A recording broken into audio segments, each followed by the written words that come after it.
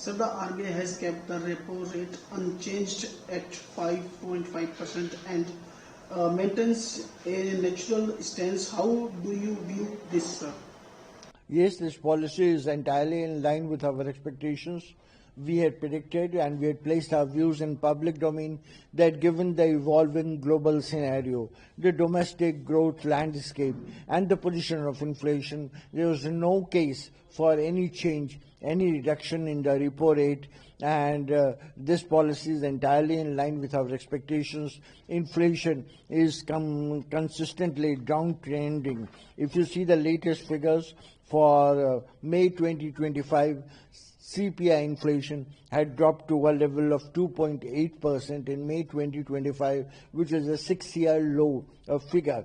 Going forward, we see that in this fiscal year 25-26, inflation would remain at a level of 3.7% or thereabouts. So given the evolving macroeconomic scenario, the growth in inflation trade-off, this is the right policy and the RBI governor has taken the right call. India's free trade agreement with EFTA countries has come into effect today. How beneficial can this be for us?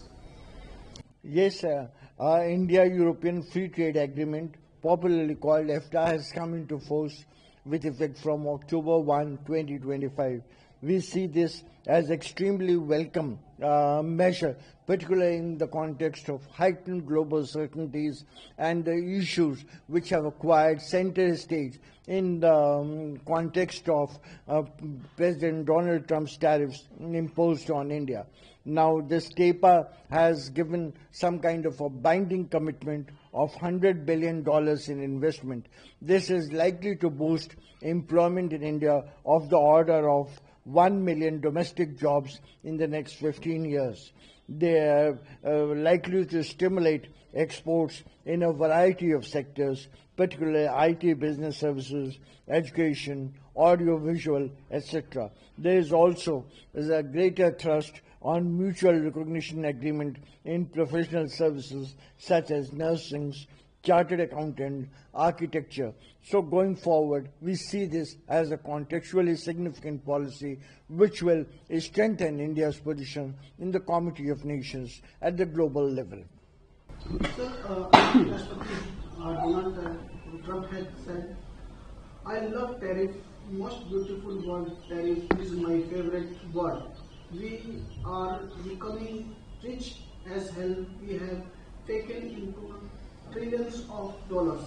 When we finish this out, there will never be any wealth like that. We have other countries had been taking advantage of us for years.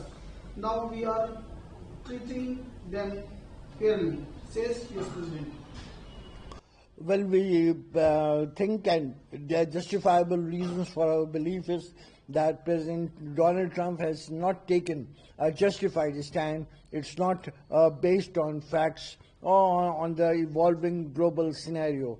This kind of a policy is likely to set back development in USA. For example, given the evolving scenario at the global level, there could be a spike in inflation. There could be shoddy qualities. Then America has always been known for innovation, for business processing, re-engineering, with significant role of immigrants, population, particularly Indians. So all this is likely to be set back, and I think this is not in the interest of either the United States of America or even countries like India. So this is likely to lead to a situation which in game theory we describe it as a lose-lose proposition. So no one gains by this kind of a policy. So he also said India and Pakistan were going at it gold, then both they had just shot down 7 planes.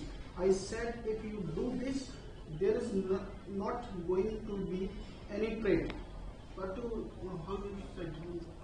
Well, yes, President, this is not the first time. President Donald Trump has been repeating it at all forums that he played a significant role as in mediating, in bringing the India-Pakistan conflict to a close. But this is entirely unreasonable. This is not borne out with the facts. The Indian Home Minister, the Indian External Affairs Minister, and even the Indian Prime Minister, all of them have gone on repeatedly on record to say that in a discord, in a disagreement, in a dispute between India and Pakistan, no third party, including the USA or any other country for that matter, has any mediation role. We do not accept any third party intervention in the conflict between India and Pakistan. So this is entirely uncharitable. This is entirely unjustified for Donald Trump to claim. I don't think tariff can change our national decisions. This conflict between India and Pakistan is for us something of humongous proportions, and tariff is a very small part in the Indian growth story. So I do not think that developing some kind of a correlation between the tariff issue and the India-Pakistan discord has any meaning or any basis.